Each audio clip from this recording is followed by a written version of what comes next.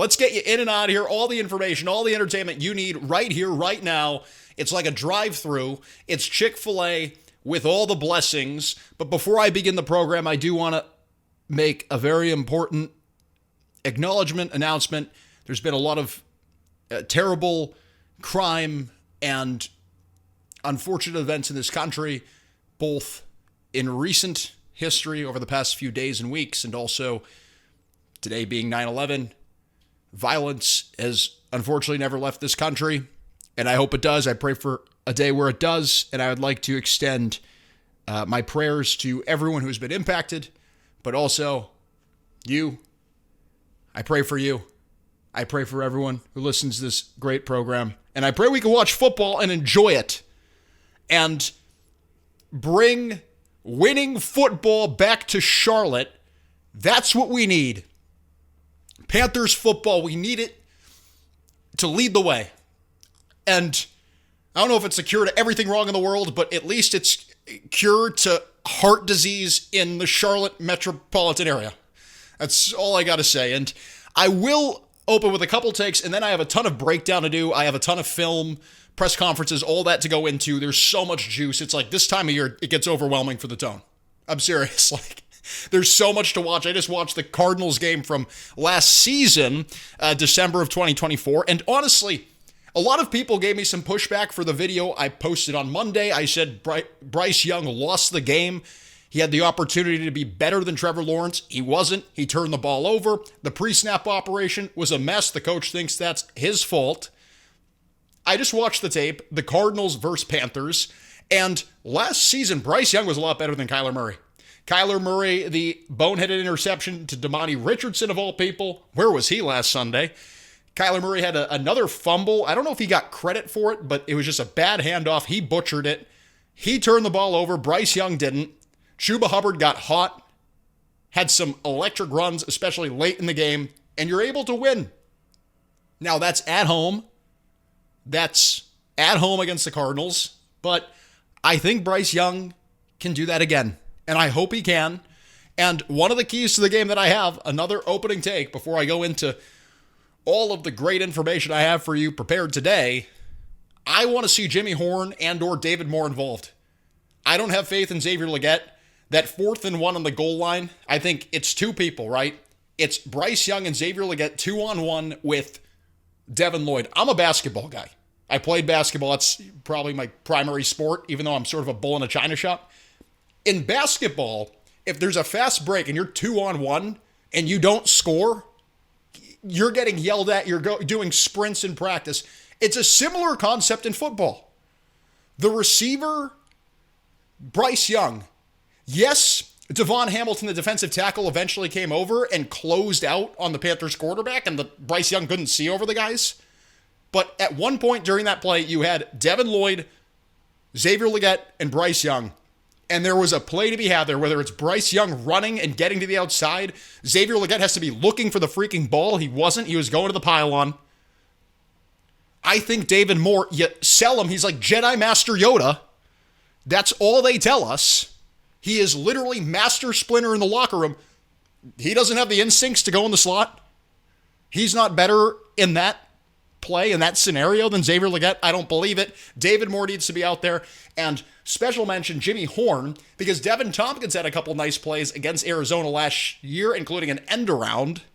I want to see Jimmy Horn involved. Maybe some option routes, some creative offensive scheming for the quarterback whisperer, Dave Canales.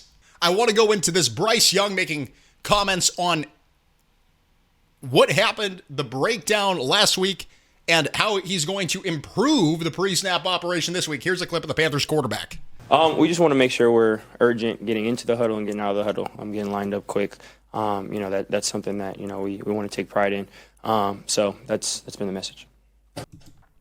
So this evidently was the problem for the Panthers. It was not getting in and out of the huddle quick enough.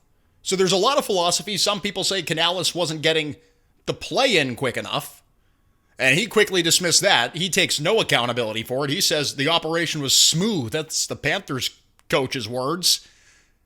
Others like me, I thought it was at the line of scrimmage. I watched the tape back. There's 5-6 seconds on the clock multiple times, and he's snapping the ball. So, those 5 or 6 seconds are really crucial. You got to make the read and maybe make some adjustments to the line of scrimmage. But I don't know. Is getting in and out of the huddle fast enough? That's the message Bryce Young says? Is that the cure to these ailments? Are you confident that's the cure to the Panthers' problems, breaking the huddle faster? Like, what's the difference between having 10 seconds at the line of scrimmage when you snap the ball or 5 to 6? It's not like they're snapping the ball late every play. They're making the wrong choices even when they're getting the snap off in time. Now, I did find this funny. Here's Bryce Young talking about the bad snaps. Austin Corbett airmailing some of the snaps on Sunday. I saw one user on X. He goes, J.C. Horn made the one-handed catch. That was Bryce Young every snap he took, looking like Odell Beckham Jr. Here's Bryce Young on the bad snaps in Sunday's outing against Jacksonville. I mean, for me, honestly, that stuff isn't stuff that when you guys asked me about it, I didn't even notice it until you guys asked me about it. That's part of the game. It's not something that affects me, not something that's going on. And, Corey's a competitor. Of course, he wants to be perfect, as we all want to be perfect. But, that's part of the game. Not pictured is Bryce Young tied down to an armchair with his eyes peeled open, watching the 4th and 1 play over and over and over. And they just have all the Panthers coaches are just like behind a glass wall. Bryce Young, it was your fault. You need to make the right decision with the ball. You need to tell Leggett to get his butt to the outside and run it out. You need to make a pre-snap adjustment. Just brainwashing him into thinking that he did everything wrong. Because honestly, I didn't even notice the bad snaps, is what the Panthers quarterback says. I didn't even notice them. I didn't even notice jumping 10 feet in the air to catch Austin Corbett snapped. He didn't realize that until whoever the reporter was that asked him the question. Oh, come on, Bryce. And it's so funny. I think a couple seconds after this, he goes, it was Tell the Truth Monday. That's what Coach Canales calls it. So pretty much that's just code for they sat the quarterback down and told him, look, you did everything wrong. I'm even going to give Josh Nijman credit. Josh Nijman had a really good game against Josh Hines Allen, is what Canales said. We have the clip later coming for you. And Bryce, this is your problem. The turnovers, the bad throws, that's all on you. Tell the Truth Monday. They're brainwashing the Panthers quarterback to the point where now he's just taking too much accountability. I mean, that's a little bit of a stretch. The bad snaps are on the center. That's not Bryce Young's problem that Corbett is literally throwing that thing 100 yards in the air. I know some people are calling for Cade Mays. I'm going to do a whole review of the comments. There's been plenty of comments. Thank you so much for the engagement. We love it. I've been reading all of them, but I'm a little bit behind on some of them, so I want to integrate them into Friday's show. But one theme that I've collected is a lot of people are calling for Cade Mays to be the starter at center. Now, this is a guy Bryce Young has rapport with. Do they pull the trigger? I think if Corbett has another bad game, maybe you get Mays in there. He's younger.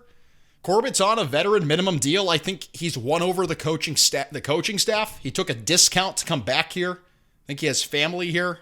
And it's not a veteran minimum contract. That's the wrong wording. He took a discount to come back here earlier in the offseason. And maybe they just like him. Maybe they just have some relationship with him, and that's why he won the center battle. Who knows? It might not be a meritocracy in Carolina. I want to talk about this. So this is Dave Canales, again, reviewing the tape from Jacksonville, even though Monday is where they're supposed to leave that game. They're on to Arizona now, but here is Canales on Wednesday talking about the pre-snap operation. For me, I thought the operation was pretty smooth. There was a couple of times we were up against it. I think that's pretty typical for game one. We're doing everything right. We're doing it right. We're getting the plays into the quarterback. It's not my fault that he can't make reads at the line of scrimmage. It's not my fault that he underthrows Hunter Renfrow and now he has a rib injury because he threw Renfrow a hospital ball. So this is how the coach feels. And it's funny. You always know with Canales because he gives you these very quip-like quick answers. There's certain things where it's just a quick answer. And usually it's a bunch of verbal diarrhea with him. And you have to really dig to understand what he's saying. But when he feels passionately about something, like when he's communicating with the team or hyping them up or when he feels it's the quarterback's problem and not his, he tells you very quickly and concisely how he feels. Again, here's Canales. Dave, what do you think? Was it Bryce's fault, or were you getting the plays in quick enough to Bryce? Me, I thought the operation was pretty smooth. He doesn't.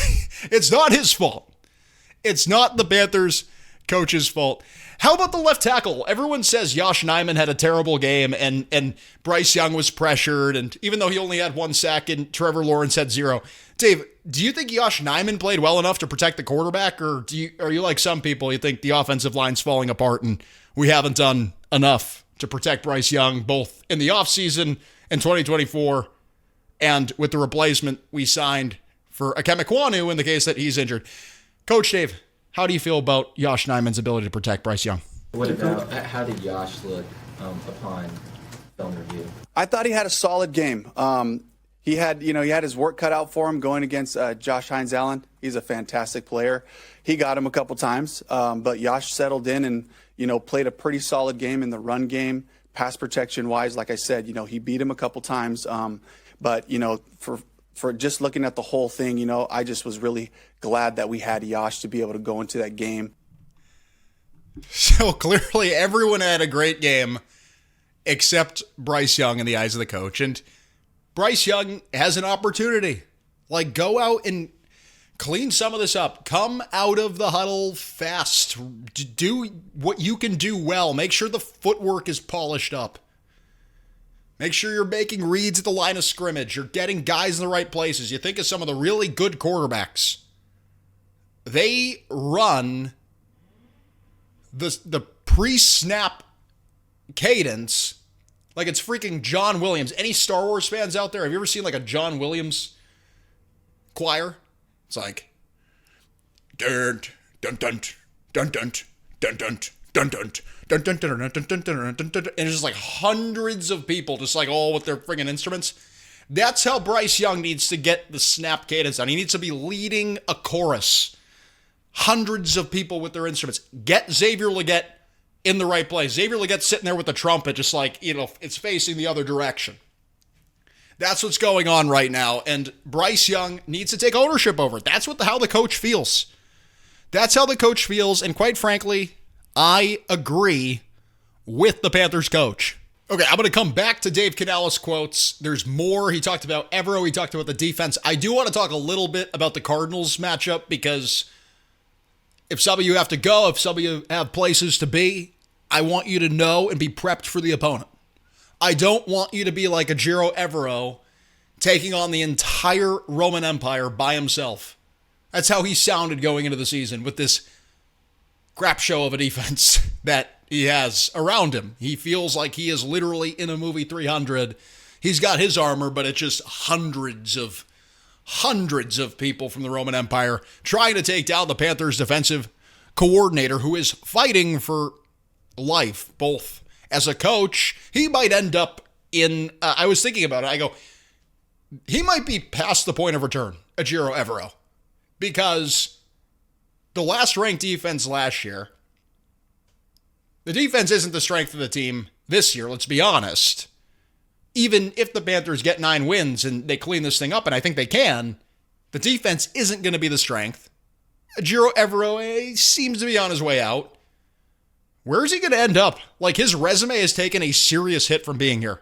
He's going to be at like the University of Charlotte, or he's going to get one of those weird jobs like he's a defensive assistant in Los Angeles or somewhere else he was. He's going to need to get his feet under him again in his career. But I do want to talk about this. So Panthers.com, Cassidy Hill, I believe, wrote the article. She had a Know Your Foe, Arizona Cardinals.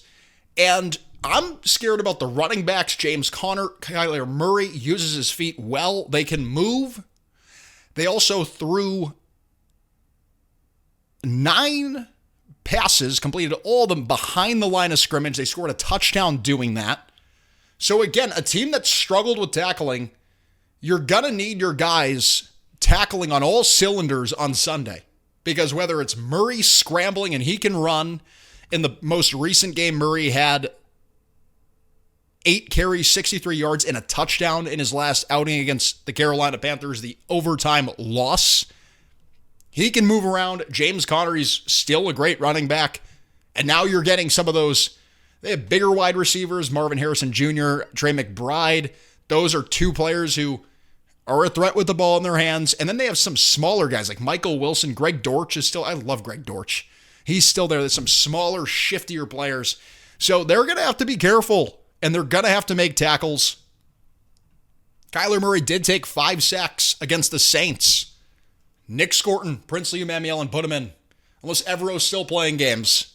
He's not going to play the young guys out of spite or whatever's going on. Canales had an interesting comment on that. We're going to talk about it. Get after the passer. You didn't have a sack on Trevor Lawrence last week. That was a weak offensive line. Well, now you have another opportunity. The Cardinals have some injuries across their offensive line. Get after Kyler Murray. And I think it's such great ground for these young guys. Like, get Scorton, get you Emmanuel on the field. Build some confidence. It's like a pitcher in baseball. Or my favorite analogy, it's like building the confidence to talk to your crush. Go and get some practice reps in. Go to the grocery store and flirt with someone buying yogurt, and then go talk to your crush. So for the Panthers to get ready to take on some of the competition, especially in the NFC South, Tristan Wirfs, some of the better offensive lines they take on later in the season, go do it against the Cardinals. They should have done it against the Jaguars more. And put Emmanuel and put Scorton in the game. Let them get some reps. And let's talk about that now, actually. So here is Dave Canales talking about the earlier comment. If you watch the video from Tuesday, Dave Canales stated that he has to pull some strings. He has to push the agenda, was his words. Push the agenda of getting young players on the field. Now, a lot of people assumed one of two things. Either the owner's involved. Canales did meet with David Tepper after Sunday's loss to Jacksonville. I think the more common belief that people hold is Evero is sitting there. He feels it's the end. He maybe has more faith in DJ Wonnum and Patrick Jones than some of the young edge rushers like Nick Scorton.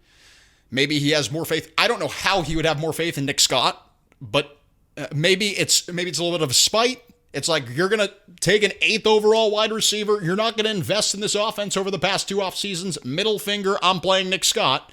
It's either that or he just feels more comfortable with these guys. I mean, again, it's complete nepotism on this team. Everyone on the team knows Ejiro Evero.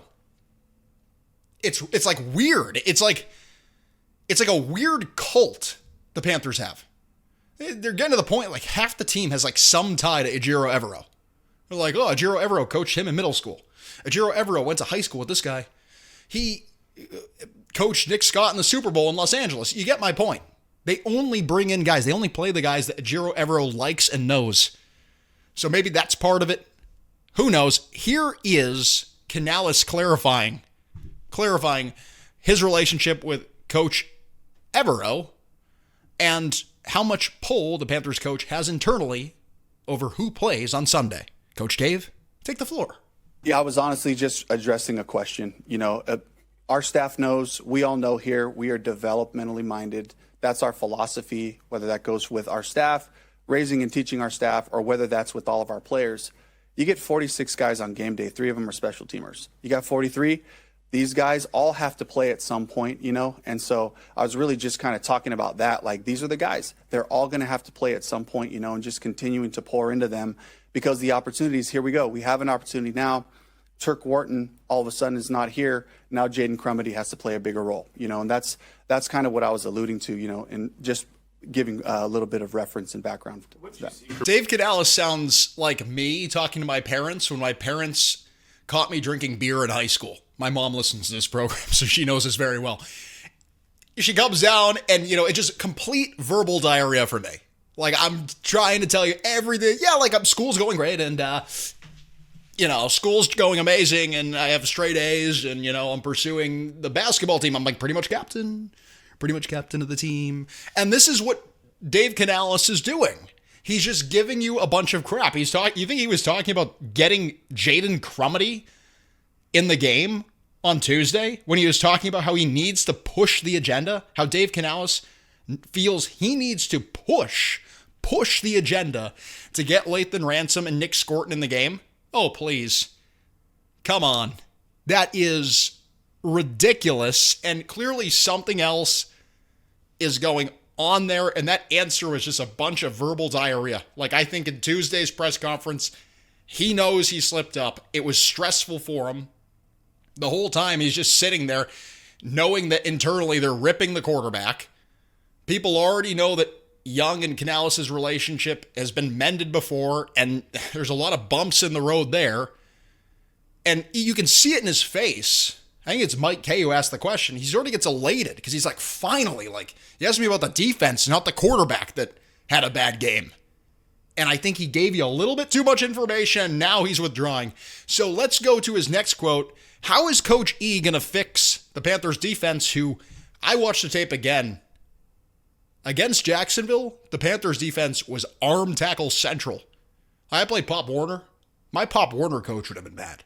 And I'm not even kidding. It was just complete arm tackle central. Here is how Dave Canales feels the Panthers defensive coordinator is working through some of the issues with the tackling. Coach E had a phenomenal tackling circuit down there, tracking in the open field, coming out of the stack, second guy attacking the ball, and just, getting our knees bent, getting our feet square, and finishing the tackle with a good wrap. And so there was a good circuit today. I looked at the guys and saw their energy down there, and there wasn't any eye rolling. There was just like, you know what? All right, this is on par with how we did. Let's improve this fundamental part of our game. I love how he calls him Coach E.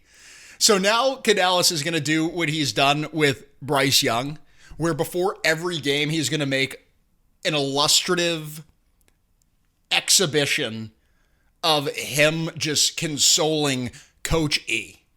So it's going to be Dave Canales waiting in the tunnel. He gives the hug to Bryce Young, like the bear hug to Bryce Young. And then Coach E's coming off the field. And the camera crew's just watching Coach E. And Canales just like, my dude, Coach E. Every single game, they're just going to illustrate. It's going to be literally him just doing the bro hug.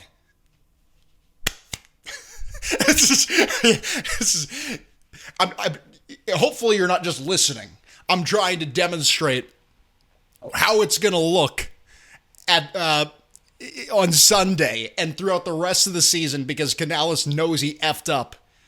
He knows that clearly there's a little bit of toxicity, maybe we'll call it, in that relationship. Like, the defensive coordinator was the only guy that was here, and Canales has his OC, Brad Idsick. He has his special teams coach, Tracy Smith, who's the father of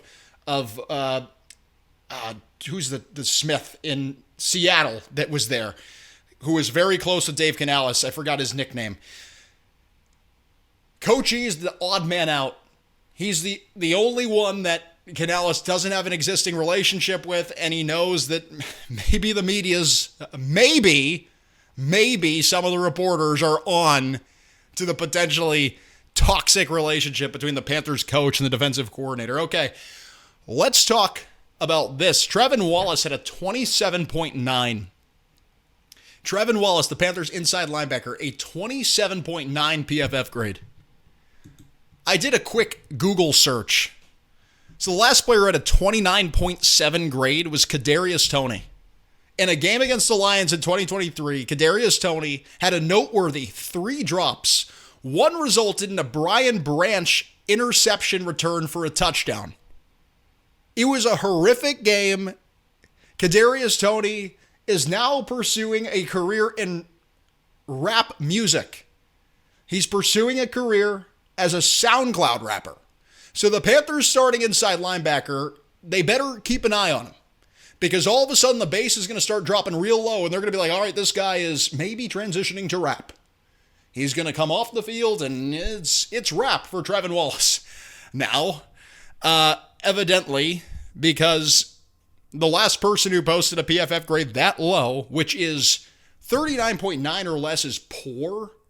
So he's even below poor with the performance on Sunday. And now, finally, this is related to Bryce Young. So, like the circle of life, we return where we first started. We finish where we first started.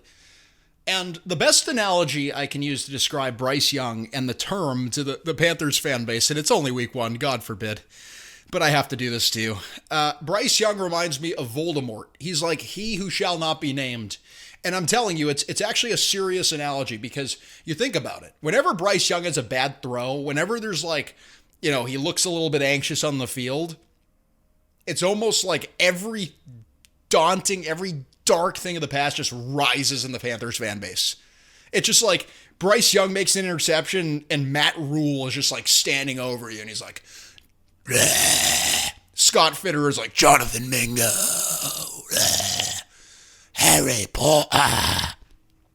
And Bryce Young just summons this. And I'm telling you, it goes one of two ways. It's either complete lightness and heaven and amazingness and the Panthers quarterback's Tom Brady, or it's literally Voldemort, Harry Potter. Hopefully it's not that on Sunday. He needs to step up. Like, please, there's no fan base that's more... I think the kids say sorry. That's what they say. The fan base is sorry. Y'all are sorry is what they say. And everyone is losing their mind because the quarterback can't play. Bryce Young, please save us. Please be Harry Potter. Don't be Voldemort. And I want to talk about this is the key to success in the words of ESPN analyst Dan Orlovsky. Dan, take it away. But just watch his drop, and I think that leads to just a little bit of a miss. Like he catches and it's shuffle, shuffle, shuffle, hitch, hitch. Like that, there's that drop that he does that has kind of been a little bit of a unstructured. It's not your traditional 1, 2, 3. That's wide open. Bryce should and has hit that before. I just included that example because that literally was the entire 5-minute video Dan Orlovsky posted on X, which is just going through Bryce Young's game. And a lot of it was footwork. And Dan Orlovsky was high on Bryce Young coming out of Alabama. I don't know if he's married to his take, but he's continued to be high on the Panthers quarterback. Didn't think he had a good game week 1. And these are the types of things he needs to clean up. It's the footwork. It's the pre-snap operation. He's late. He's late at the line of scrimmage. He's rushed. He's late with the throws. It's coming out late. He knows where to go with the ball. In one play, he looks at Tetairoa McMillan, who's open. It's a quick hitch route. He's wide open. He doesn't get the ball out quick enough. And he's doing this little like weird thing with his feet. Sort of like a bad dancer. You know when you like try to side shuffle and you cling your feet together? That's kind of how it looks like on the tape. So hopefully this gets cleaned up. Hopefully this isn't structural issues with Bryce Young. And he did catch lightning in the bottle at the end of 2024. I'm hopeful there's something there. Because some of this stuff that he's struggling with, yes, some of it relates to the height and, you can't see over Devon Hamilton and Devin Lloyd. He can't get the ball to JT Sanders. Like, that's going to affect him no matter what happens. But last season, he was able to circumnavigate that. He worked around that, and he shined, especially in the game against the Cardinals. He was better than Kyler Murray. He was better than Kyler Murray in that game. Can he do it again? Can he clean this stuff up? Or is he ruined? Or is he the next Mac Jones? Another quarterback who has the blessing of Nick Saban, who was an Alabama product, who uplifted that team. Everyone said he's the most cerebral, high IQ quarterback. But ultimately, for similar reasons, the pre-snap anxiety, breaking the huddle, and some of the issues with going through his progressions, hopefully Mac Jones and Bryce Young are very far apart. Bryce Young figures it out on Sunday and leads the Panthers to a victory over the Arizona Cardinals and Kyler Murray 1-1, and we're all fine. Bryce Young's not Voldemort. Bryce Young isn't the problem. We go to bed happy. This is the tone.